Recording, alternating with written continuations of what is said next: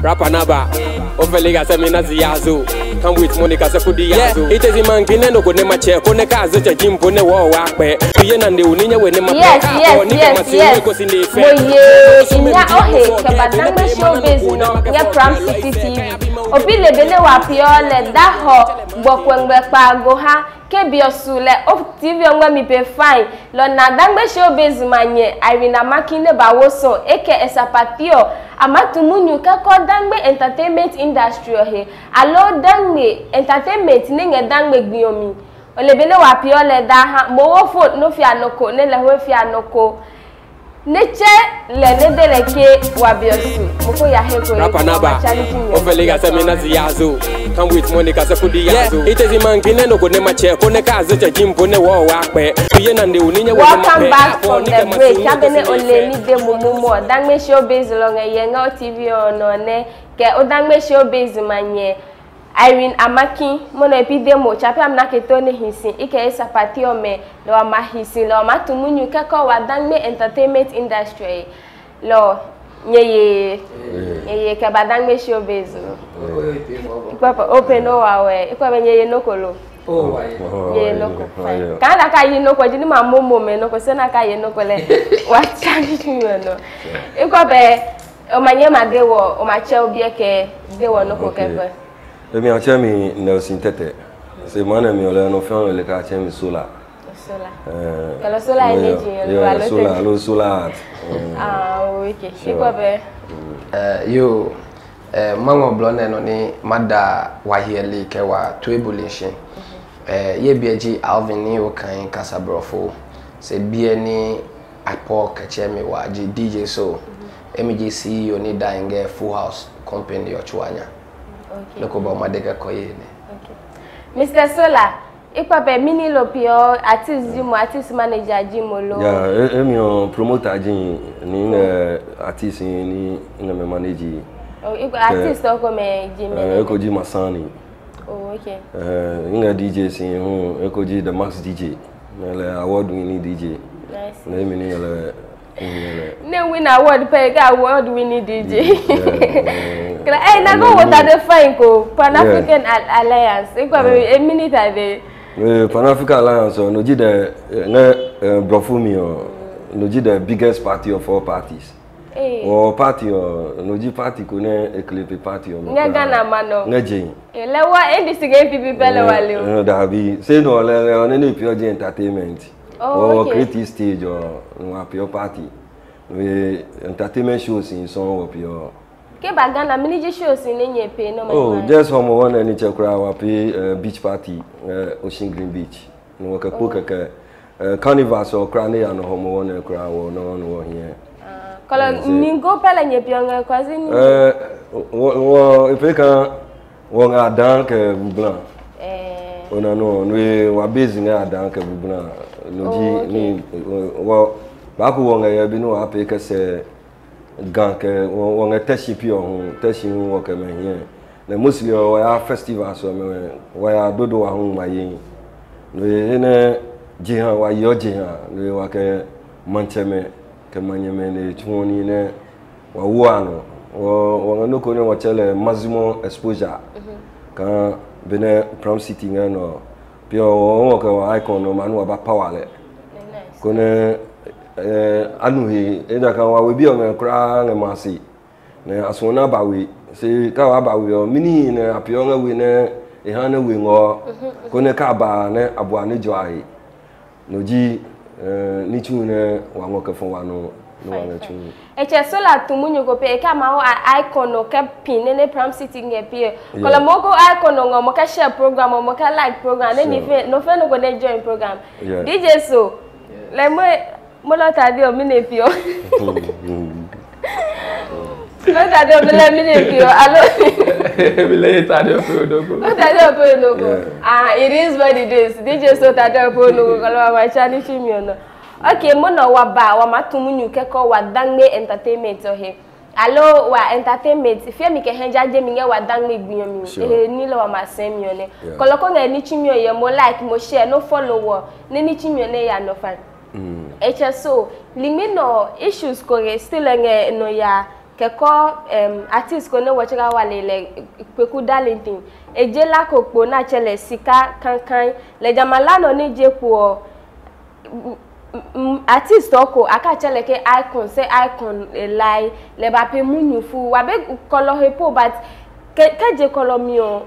munyu no ne ba kan artist ahin abi artist laju one ko ngemi no ma de is it a good thing no ko papa ne saka wa artist ayin pelo yo o pe no ke o question ni obi no ninga mi job tapi energy first time ne nin ko me kan kikin ba at times so no idea is original oba kan beni mobile studio ba ngon lam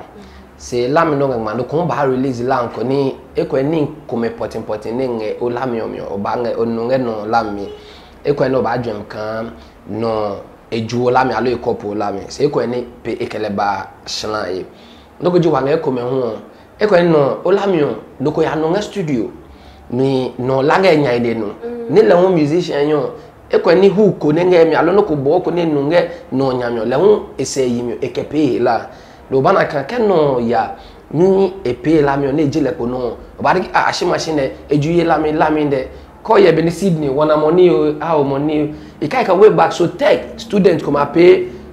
wana money how money chineke go talk some now no ne ba ju ko make Sydney na eju alami chona no at times esna engefu kan ba le kan ni ko mo pa e ko ndo ko nga senior artist no ene na underground lamio e na hu ko ne ngemio na kanu na underground manyama ko elamio mako hu ko ngelamio ma pele benemu ma pe no make no nge no eke no ko wono ko lanke ba auto alo no ko nge no ko lam no ko ke ba auto nga normal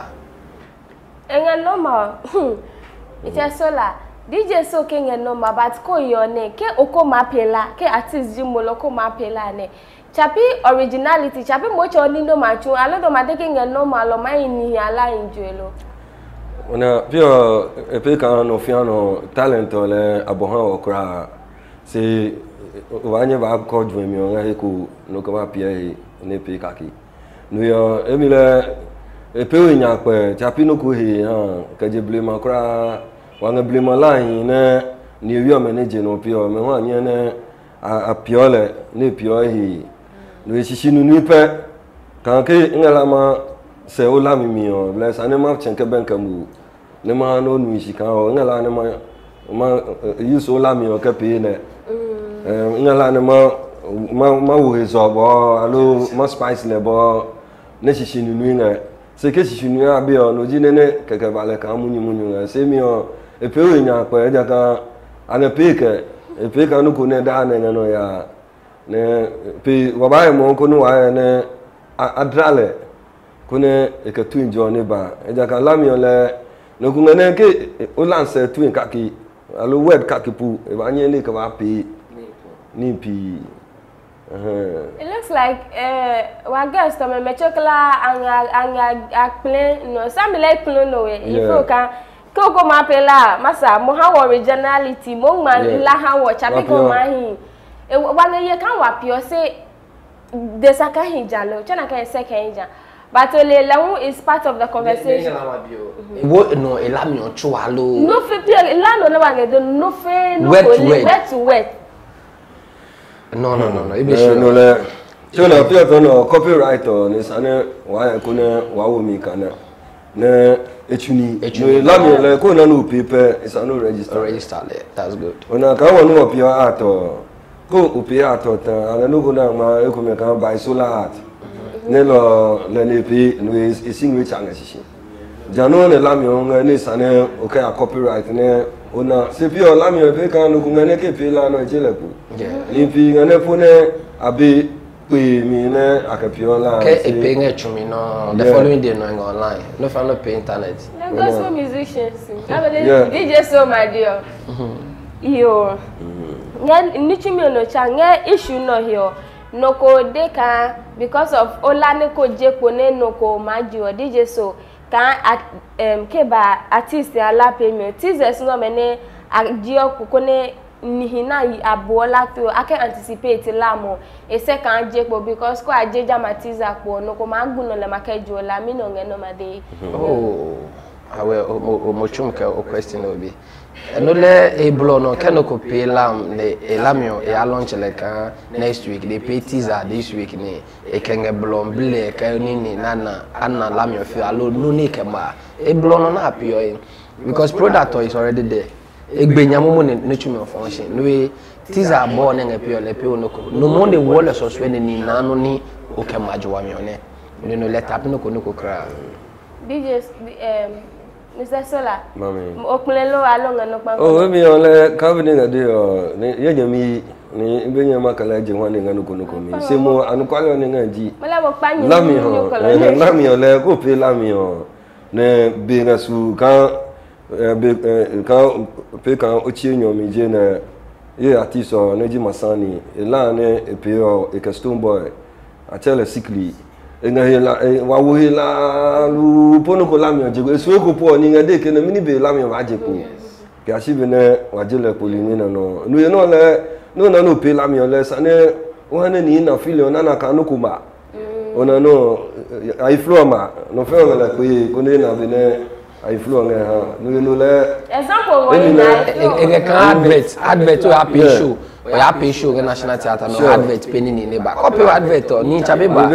asa no run the advert no le problem ku kwa no ko be ka asane ajanji no na asana pay yo kolo wa hieli hi ko nga wa yenga OTV no ka be no le da na ko dangbe showbiz lo nga ye ke o dangbe showbiz manye Irene Amakin ike ye sapate bi me eche Sola ke DJ So Full House Entertainment CEO long nga wa ye ne ka be na de ke tizale hia kolo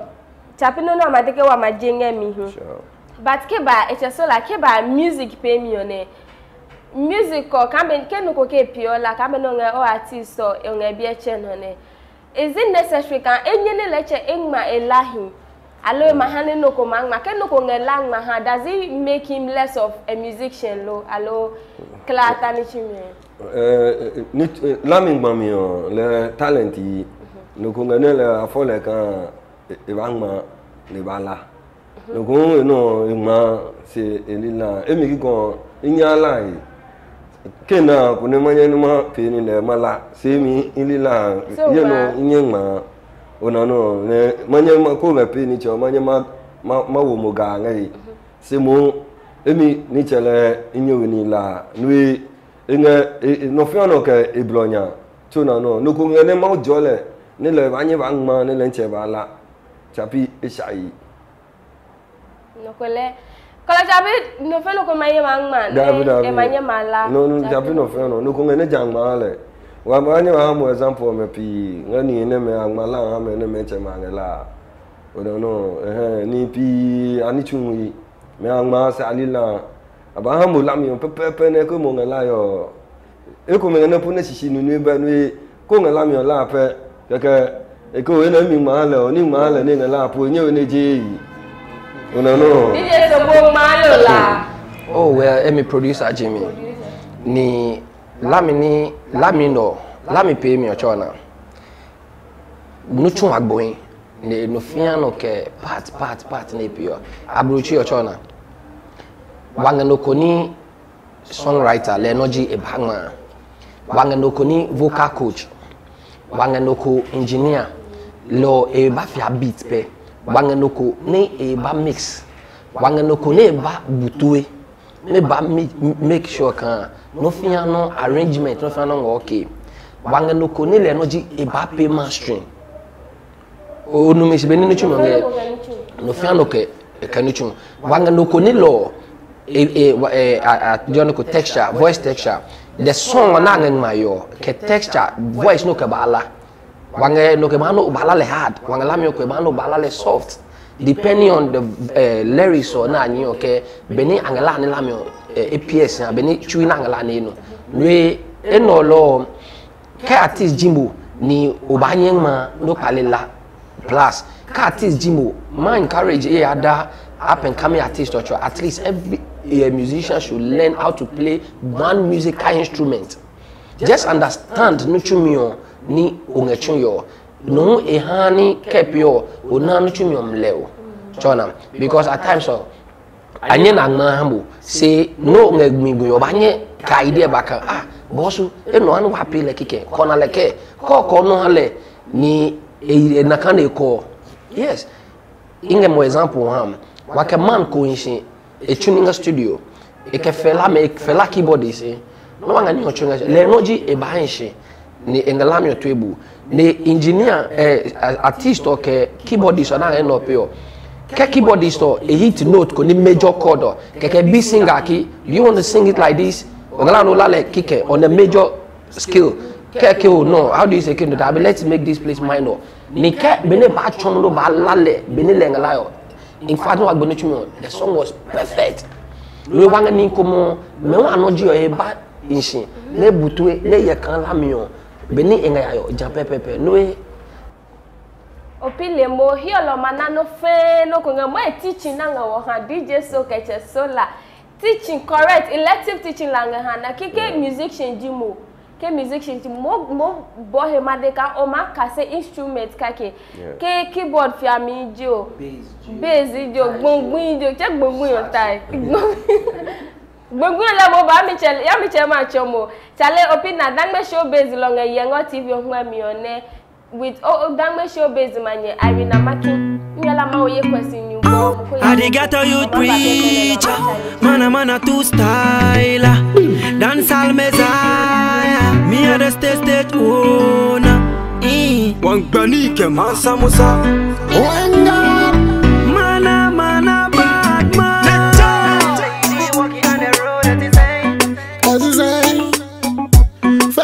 Walking on the road that is mana bad. I see some fine lady walking on the road that is saying I'm feeling alright. So me call her fi ask her where she from. She said me fi militant side. Baby me and you know that long time way I want to be your lover. Please give me your number, make a call ya. So why you busy? I'm a friend later. Give me your number, make a call ya. So why you busy? I'm a friend. So me say give me your number, make a call ya. So why you busy? I'm a friend. Sickly tale,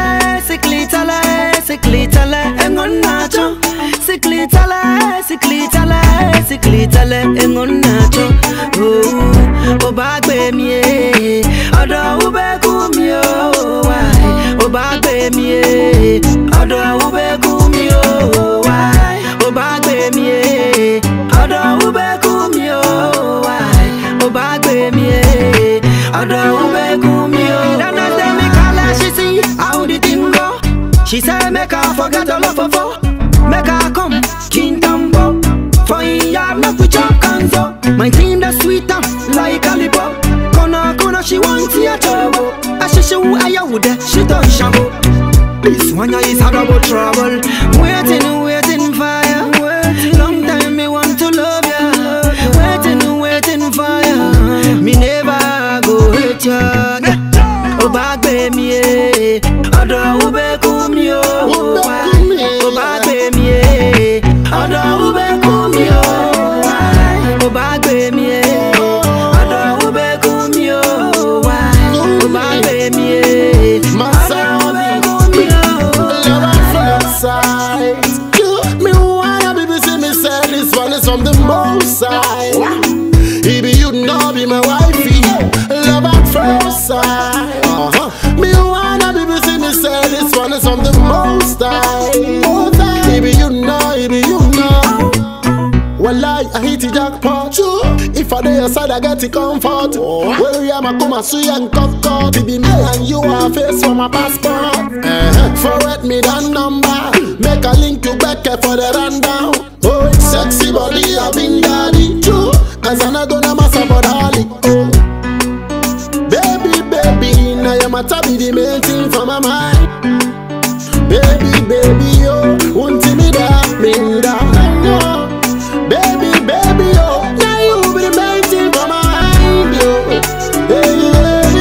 oh, baby, oh. Oh, bagbe mi, odo ube kumio. Oh, bagbe mi, odo ube kumio. Oh, bagbe mi, odo ube kumio.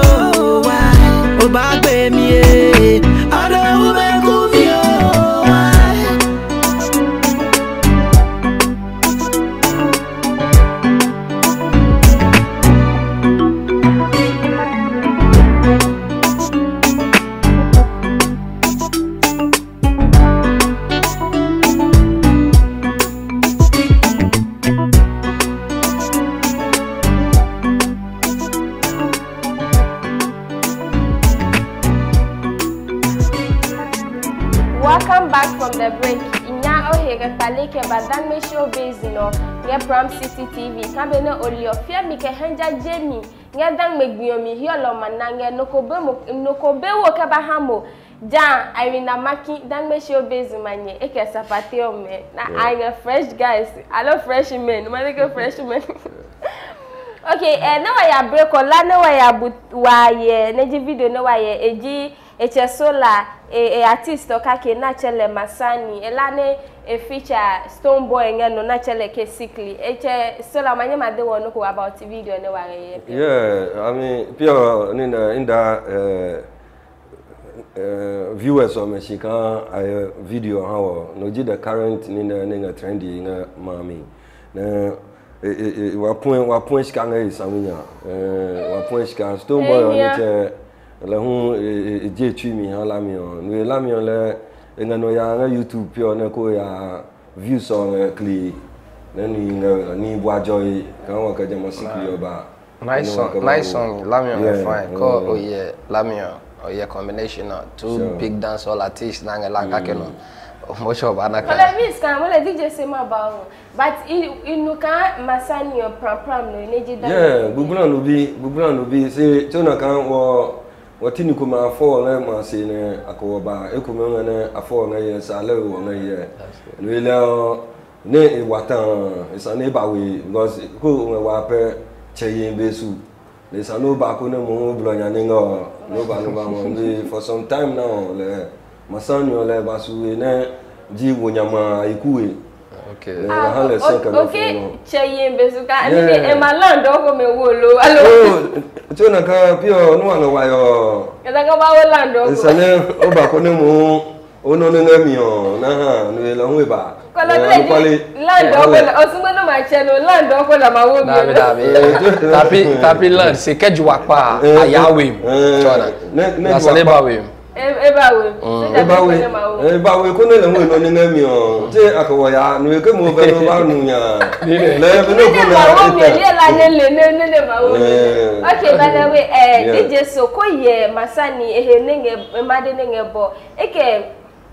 Stonebwoy neji one of the biggest artists in Ghana kolo wa dang artist o mo manaka hope nge ha wo lo hope cause in kepege ko miss kan nene me na ba me ho manye ma pe we mada Masani shin ni mada management ye bra shinka ha no chon papa na ngachon Masani ikele choni studio no waje full house shinka Masani multiplan boko ni le no ni Masani engemi ni le no ni Masani ba pe no emi ni video ke lamp ni Masani ngapeyo tapinya kwe ha because ile no ne ye wange talent pinga dangbe zubano se no ninga mi jo wa dangbe munyumo ne eye chicha no eje wanyimi mo malo wa brothers o masoni aba pola minge English mi alo here gbi mi because no jino ni Ghana twa wa ngoke wo mi chona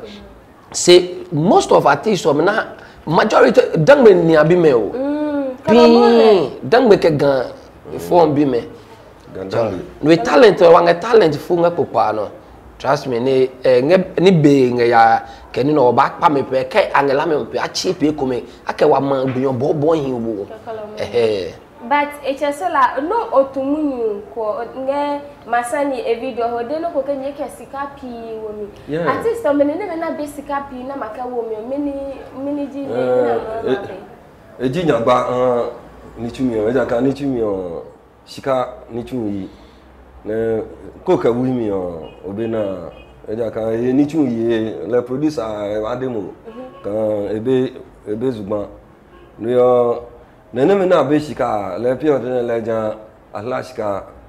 no ko anye ba su chicha se ke ohien we no ko no na we no ko ne enine shiwa ne peto yo brother dan ola mi o enye ye blope no sika le eji no ko ne wonche me kura na ji Pan Africa ni che ho wo ke sika ba ne wa kan wani ami wo wa kan project mi wo ha ni wi o me ona no yo ke nkele ba ba ne le ho ba yo da si ha ka no kwale sika le jan sika nge no che mo me ne abi me ngala mpe yo esane ananisi wa nge ne ala pa e ja ka eji no ko ne ko ko ewu mi o obenye ba jo yin hu ko benga blo no fi ano ngo che ne ni hunga ka mu ba me ku ona ni hunga la na mu ku we jinu ko ne lamio benong la no pile ka budget record yon ko me mpunga ne chapi mane no api on jon ya ma se no api ka ba we jinu ko ne la shikale ene shika blashka yo DJ so nyesika munyo ne wangeto wa artist o menene mena abeska na makechunyo do madege akpa la pemi ne a hase obo na ba chani chimyo no lo allow there's a way around it for them awele ibenye madeke because of ni abeshika ejo abakpa pay dabi mele ahin no na pay ligbi kake yomu baje chonge blomi ni ababe se peni makpa wanokoto mai nange dangbe pokpa no walibe ni a manage talent ni talent ba pioshka idenga platform na no ki one footballer alo noko ba nye pela ne ba pe agbo ne ba nye chaki e ba pe noko agbo nge pokpa no fa no ba na esena ye Sergio Mane ye ni ne footballer no hospitals can you Drogba me to me hospitals na mama nge a country mini no ipi footballer se no ko ne en nation chona ya wange artist fun wange DJ Diawara nge ni e ke dowenya ke gbugbun abie ya chicha kiko ayama de asatna ni ngode no ko ba nye de ko Diawara benonga ya nonga ba no boy mode he kane no can you run speed the max DJ oh he ene lole na no can you run speed no wa me oye blo apio oye blo kana ni onga no ko pio ale kan at nuchum no ngachuyo branding pie no ko ba nye je twi ba we lole kan machine akoya ko wo taxi bo lole na no kan ya he kana ke pie jo nga wo ya wo estate ne ba he e ba rent estate amoni oyin leje no kan ni ochun le wa pa ma no koto ma me pe kan ke wa bi mo me wa ba anwo ke wa ha we kanya gba me ne ka be ni e ba pe chu apo ape bobo ha wo ni ma ne eya no ma bi me akeke artist o me bananyo wa me wa bobo mo the way no ma ke wa ni chiminoji kan o ma share o ma like o ma subscribe to our YouTube channel echesola otumunyu ko ke nyenye ni hiwa ke artist o ke no go base ka manyo bananyo lo ko ba form le o ba ko form ke o ba feel form ko feel form o professional one time organization wa ni na ang professions no la ni o talent o ke musician jo no ba no e blo nyanga no ko ba gu no. Good news. Ya lo manange dangbe showbiz no lo man na bele kan baye ane ska ba mi pe kan baye. Kola ka opiola neno fe talent no ngene ska bi obi excuse go akoba wo phone. Igwa pe je la amana form fi oton le wa ke ba from City TV no form nga here nge here no fi ono ne la yo ke ba here no le mo share go ji awan mo form ko share wa be mo form. Okay, nge wani chimio no chami ke eba DJ so ke eba wa Nigerian music industry ala entertainment industry mana ka nga he mate bo we seko bagana eko emunye le wanga tweka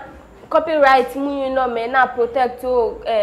copyright protection no ne yewo mana ka laju mi nge no ba mini le nge e han le no nge no ya yo ope no question no be no question agboyin say Nigeria artist alo Nigeria line nenge mode enge wakupa no alo nge Ghana mano tapi no kunyo no na nge pay yo no ni wa artist o nge pay say marketing no ani mode monoko ligbine Big Brother Nigeria na pay ka just start to finish afia Ghana land ko ngeno gbele the only Ghanaian song na afia ngeno ji Patoranki ke this guy ne Jama almost see brother no because of the Nigerian artist no pejilan ko ni buto na afia Ghanaian song say any program pay TV no radio no Nigeria la mi song no la no chonjo no gbe say won ko pay regulation no ni chun samenya ni radios e ko ni no ko jo ba afia Nigeria la mi 15% Nigeria la mi ma afia me 15% pay kafe ka kenyo etan abayu su wala mi o ke ba pe no fian no ibe sure ka jini Nigeria ala mi po buying grants na pe Ghanaian so no eje DJs eje promoters I have more Nigerian artists ke baba na ba pay me shika nwa ni wo no wo own artist o ma ba pay me aba me chicken change ko me nge wo own artist chicken change do no nge ka pay eche sola artist to me no ko ma de ka ke oyawo artist ke ba pay program ha mo le artist or charge le ke ko Mohammed obi le ke 100,000 lo de le ke 1,000 no abenye say wa mahamu 500 on it most of times artist on saka eta boys ne explain ni ke ha no kan 1,000 on nye mo charge rehearsals studios in wa maya kolo klata heneji 1,000 cedis so can no explain how mo we on it comme appliquer le ke kolo demander ke artist o mele explain ni ke ha wone ne me wa ma patronize me lo alo wale wali le wa appreciate o anicho miwe opinion ka question no bi mi o ona ka market in a different no fear no ka be ne ye jwa na Ghana music on it me no fear no ka price artist o me crack a price ona no wanye no apojwa ko fon shika kiken no ba ha ko ne encourage le jam no mo platform o clip ne mo na shika nwa wo experience o ko wo ka bukake experience o ko ngajama shika pe na mi na ala na artist o perform ame na shika na ngacho yo artist o ke be ngo no e bra kan ble jemi cho ne ma shiko ni ka me a cho no ma gbla mi cho me ne ne eje ne ngajama shika ngo e da ni chumi o shika na ka wo mi here se ka mo platform o jam me ho akona kan ble me ha mo e ko ne mo o ka ba jwa oni ne pia be ne mo ba jwa oni o ne ni ba ya mo no ya de no be di o wo here o pia to ne kan wo dan be pia ne no la wa ka fon wa no ji wo ba wo dan be ono besu bi ono ne no ba wo dan be ono Nigeria bi o me pe ganli pe o here le o me pe ne wo ji o de dan be le ji o de ne Gambia o me po le kan wo ji wo dan be o won wa here especially ke ba Greater Accra region no besu ne wọ́n cheme wa ke kan ba wo mi wa ke wa ba wo mi ko ne dwa ne dashin e ja kan dwa le no fian no ke be ne e ka be na dwa mu ngama mi no fian no ke be ne esu ne ha besu kala ne wa ngede ji besu ha dan gbeli hi but ka be ni di omo artist o ke o charge le nene me na awo mo ake eju awo mo tabwasi no o explain ha mo chana ka ke o explain o ma ye ka no lelele nge no kwa kopi even tapi artist o ne e ba yenya artist o le ange price na po ka fa ka pure stage ni alo level ni so e me keep show ingo 30,000 per show no e ke ongala no oyawo Shatawale management nge no oba okele batum no Shatawale kemo be price na ye chona okay management de batum ne ka wangala ne Shatta ne ba perform management on ne ba do okay kiken ji wa bloga to ne kiken ji be no wa yo ange show pay han wa kole kan schools enge difference be na charge le kan pay han companies enge show so menge show ke iskana ngo we mono ni promoter lo mo show event organizer no okeme ba na ne sem ko ingala Shatta ne ba perform wa show na jino no wa pe wa pape no enye meje na ko ba yenya sa ti so le o e ko ni artist ko mo e ba do ko e ko no hu emo ne ngala ni e ba wo program o ya no nya mo de ba do ko bele na management no kele ni to yo kabe na DJ so whether artist jo o management esaka nyele cause ke o artist or management elio abenye mape but talking of wa kepe wa de ke fear mi ke henja jemi dan me fear mi ke henja jemi eche sola as a promoter onaka wa dangwe musical wa dangwe music industry egbo mi o be ko ton na ngala na kan pe film mi no pe film ngala na ma pe film no yo film chonka akebe ni nga ha sana kan pe okay ona ni wa pe ko ahun ahin no po amo Nigeria bi nkan ba na ko ba nga chaka nga no wapi akaimeka ikeme kani bana wapi film no baby ona wanye pi wadang yo no fo no la no wapi yo wanye ona no the only thing sanu wa bua wa nya konu wanye na edaka film le ka je beni ba no be ko nu ka nu go api film ko me se dang be film oni cha ho ko nga yo ngano kuku ona wagbi oni cha pa ko nu wo ka wa ngbi oni wo se ba po nya ko kan bugbanu ke ona le gan la ne ko tu gagbi oh kala ni ne ona la ne ko tu hi egbin chuna ngabe ni san ne ko tu dang yo we ena kwa no han shi no film no wa ati yo ne o ona no film no wa na pe yo ne ne nya peji o ape no ape le saminya ko ne dang yo ka bi ni mo dio wo le no ba no wa ba ka wa ma no ba drani ona no awoni especially ke ba le ka entertainment lenu ni no ba pe ni ba ne mami enwonge o ba woni abua kejejo ni unso na TV no na aye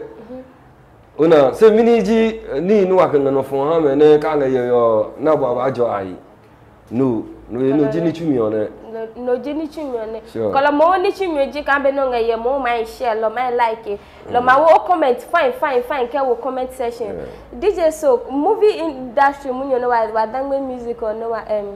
dangme movie industry no wa ngede ka be ne eche so la do ne egbu ne is there hope wa manye ma revive lo allo wa forget it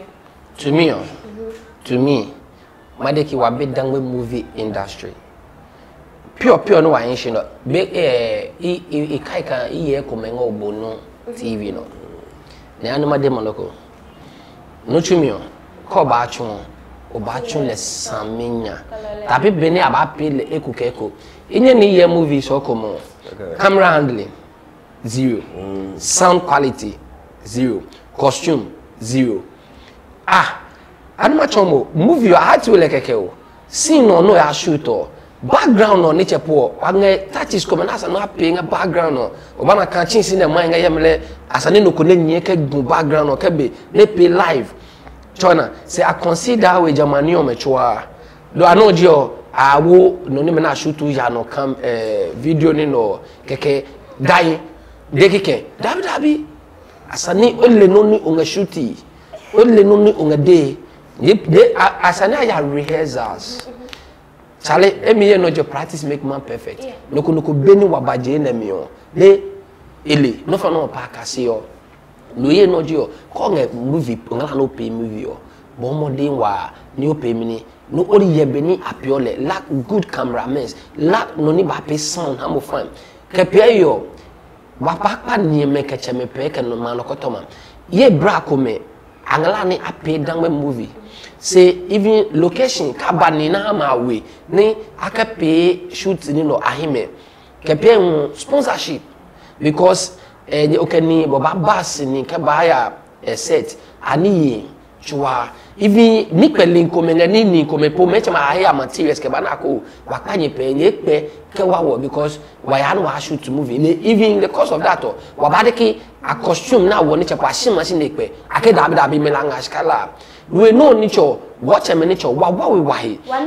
wanwe ni chumi oshishi we come ni prom city ni ha wo platform na ni wange eneme mami black ngani choyo eko ni pa ko ni pure ni ba no we wa movie directors ke movie writers wa panye pe dangbe yo aku wo ba bo dangbe yo no singala ni akai noko aku tapi ni ne ko me na ba ina ai bange ni nenge dangbe ni nenge dangbe kupana banye piki ni stories ni fan ni akabang ma movie akaba pe movie ni eba like kongeyo because Indian movie na dio wanwi Indian be say wangeye Nigeria movie so come ko na ma gbe na ne se pi wangeye we mini bakanka wa pe dangbe ni wani no fun no 1 sound no fun no camera quality no fun no 1 point o mini ba ni be ye papa gba le gble fogbe no e pay emotional don't this is so mo yo be emotional energy ye cause dangeli hi 1 year talent nine 1 year talent no fia no shika apeke kani a launch ni ajwa ni shika no ejo we quality yo launch no le Manya nkane wapo mi. Chona ka film lo senior no wanga yo. Wa here blo aka chosi wo. Chona no epe ka no ku hi hawo. Nene mene pe ko nga yo ko nga bonu yo. Jabe ni ba yin sin ne ko me. Ina no ko demi kika atemi sin ye. Ona no eja ka ni nga ye no. Emo we chona no no yo besu ne no me na kai me anichu yo isana hawo blo no wa me juen ngai eja ka no e ko me mo no me pe o juen ji no me pe o le no ko pa tapi kan yem lo blo I can move your choice wo ata me san me Sarah me te gan no me twa dan me no gan dan me munyo to yo ne gan adan me munyo to yo ne yeah anamacho akefo talent le oyele omo concert partner akayape movie pe aja ko me as kume no deji wo here bro wo wale ona anamacho wale jama concert o ye ma pe na pe concert nge o ye ma pe na pe wale jama ni o me se ata me sa me je no na agbenya no mene ko na TV ya no nga dan be film ya yo mene ji top star no ba nya check you know le we ka mashike le no ni ngo choka wake wadwe ye leje kan wagala wa invest nge leje no it's all about creativity yeah no ngo de ke pio to no isa no wa ngbe ne ya leje yes isa no wa ngbe ne ya leje ko ye wagali wudo le mulele engina nge lo ne ko nyane wa ngbe ke ye nyane Nichi mono nga ye Pram City TV no lo nga ye nge achele Dangme Showbiz leja Dangme Showbiz manye Irene Amakin ke bahamo wanga nichi mi no cha wanga loko jiwa ma ya break wa ma wo kake loko jiwa ma ke ya ke ba wa supporting wa Dangme talent ke ba kan la mi kikon o mana ga ni ko me a pride o kan o amile Drake live ibole to amile Justin Bieber le am guilty first sepio check kan o top artist o ma say artist o me say watch me wa artist o mo wa boy ate kan local no jama perception ni ko ni o e che sala mi no nge no man o pio to ne le ni nga chaki ni nge ye yeah pio to ne ni nga chaki pio enu aso no fe no so no ona no wo ko na ni machine kan wa stage kan machine ni chepo no ko ba ha jama ni me blo na ba da no jawo enu mo wo lo no ko ba ha me jama blo ona no pio enu aso le no fe no ke no wo ke dang bi wa nge platform creative ne wa ke ne chat talent o me le be na jibe yeah be na jibe ne dang bi le be na jibe DJ so ke ba wa artist kan musician no ko ke mo as part of our brand no come happen no ko be intentional about it ili bene imadinga dagbe kan o je ngami kan eno yin pe le etaye brand jama no o plelo alo fi kan as an artist alo entertainment person mo ninu sun le mo esa kompe dabi ke okay ongala ni o pe o ya artist o ke ni pi nenye o tade wumi o nyemi o ni pepe ni chepo is part of the nutrition na ngacho because asani o ye ni pe no kwa kono ko ne namo ne deki o ipa pe bra ipa pe ngala ma ko po picture say ke artist ma de ko machine na ji artist ni no namo ne ki wa le namo mu ne gbenya ne ki awa wow machine de o chale woto nye basa ke ni ko me dabi ke okay o ngala no pola alopo is celebrate yo. It goes with like a price. As I know branding hiawa. We emi no ni madejo ya dangme artist o mechoa no fiano konenga la ni eke ni whether movie o alo music wakpa pe branding keni kasemi. Ko ni branding on e clip o ni kasemi. Doko ngo branding on klese le ni chali doko wanga no ko le no say branding o emi we asani o manage alo you no chabe na cho yes ana polish le shine alo sanu wa sahi ni sale shine sale pe kamene inge pe wa TV o Henry wala wangala na wa question rapa naba ofelega semina ziazo come with Monica sekudi yazo itezi mangine no kone mache kone kaze cha jimpo ne wo wa pe ye na nde uninya we ne mape kapo nike masinwe ko sinde fe you are me okay Welcome back from the break. Bene ole mo not even ngwa mi ngepeng leng pe ole kan dangbe showbiz manye. Irene Amakin leke esapati ome awo fia mi ke henja je mi nge dangbe gbi mi ke nge mo ha. Baloko ji wa ma oni chi mi oke ba nya gbi na ipo be 10% wa ba down lo. O dabi tele ile na la ne ke gun. Let te pla le ke ba ile. Yo mole wa nya gbe no kolo e se so la we last words go no ma ha wo no o ma de form ko no black page we ka be no ngade yo Pan Africa Alliance wo ba kan wo the biggest party of all parties no party e clip me to ano me no wa la he wa no wa ka tu mu wa la na youth no fe no ba ka profession no wa le pure o ka proncity wa ba na proncity power ko ne no ni ka fo me ni ba pure wo no wa pure ni wa ne talent so me cry ku o no le wa jiwe ku nge ni ku ba hi o form nge ona ko na la no o mo form nge mi che un ye de wo wa nye ba che phone no ne ma ka mo ye no ma ji 0242 984 769 0242 984 769 ko o fi ami o ma nye ma mo alo ko ba Pram City o form nge here ko no ba hi ne wa ka mo gu processor mi ne mo ba pe no mo ngaje we peno inda no fe no shinka abu watu o wa pale ka ba ko yo DJ so onya gbese ke ha wa hele yo logoji Kenya gbese ba mada ni commercial mada Pram City no kotoma ni eji ero na kwete bochwe mada leshe mada Obidi neji cameraman mada Gracious director mada wabra neji the Max DJ Jawara la won ke hemi anonya papiano chume look the mada neji ni Ayuku Oble the fourth neji Royal View owner le no ke on epe en estate fine comme nga do we nya ni ke on estate la ni two bedroom self contained ni oba hin no joyo bombo de waka obaso ke benkele oba na ko fine mada wa papa neji ningo planche neji Samuel Ate George eke mawune epia yi ta ne nga wuyo tapi enya ke to ita se macho ata ni zubano ni abode yin kani ne nye ne nga zubano cho APS ekoni ne koje no se kuniye baba we mada ye munyo bo ni ngene ka ongala ni o na DJ so e blono ki ne sen nge ye nu chumi alo ko ba nye chenge 0542 69 49 75 0542 69 49 75 DJ so le ko ke hanya gbese e my advert pay hani but kala ta ni chimyo he ka be no le momo dangbe showbiz le wakeba hamo ne amini wo show no keba hamo achemi Irene Amakin dangbe showbiz manye obomade ke ni chimyo no otahe wa hene wa chu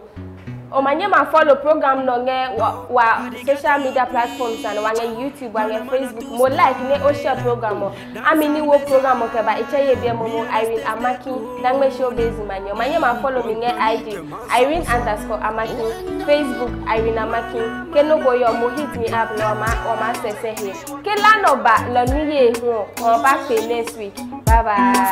Walking on the road that is I see some fine lady walking on the road that is saying I'm feeling alright. So me call if the answer where she from, she said me feel militant side. Baby me and you know what that long time way I want to be your lover. Please give me your number, make a call ya. So why you busy, I'm a friend later. Give me your number, make a call ya. So why you busy, I'm a friend. So me say give me your number, make a call ya. So why you busy, I'm a friend. Sickly tala, engon nacho. Sickly tala, engon nacho. Oh, obagbe mi, odo ube kumio. Why? Obagbe mi, odo ube kumio. Why? Obagbe mi, odo ube kumio. Why? Obagbe mi, odo ube kumio. Dana tell me kala she see how the thing go. She said make her forget all of her. Make her come Kintambo. For ya make we chop canzo. My team the sweeter like a lollipop. Kona she wants ya trouble. This one is a double trouble. Waiting for you. Long time me want to love you. Waiting for you. Me never go hate you. Oh back baby, odo ube kumio. Oh back baby, odo ube kumio. Oh back baby, odo ube kumio. Oh back baby, odo ube kumio. Side, me wanna be see me say this one is from the most side. He be you know be my wifey, love at first sight. Me wanna be see me say this one is from the most side. He be you know. Well, I hit the jackpot. If I do your side, I get the comfort. Well, we are my come see and comfort. It be me and you are face for my passport. Forward me that number. Make a link to back for the rundown. Oh, it's sexy body, I've been daddy. True, as I'm not gonna mess up on Holly. Oh, baby, now you're my tabby, the main thing for my mind. Baby, oh, won't see me that, me that. Baby, oh, now you be the main thing for my mind, yo. Baby, oh, back baby, oh. Oh back baby, odo ube kumio. Why? Oh back baby, odo ube kumio. Why? Oh back baby, odo ube kumio. Why? Oh back baby, odo ube kumio.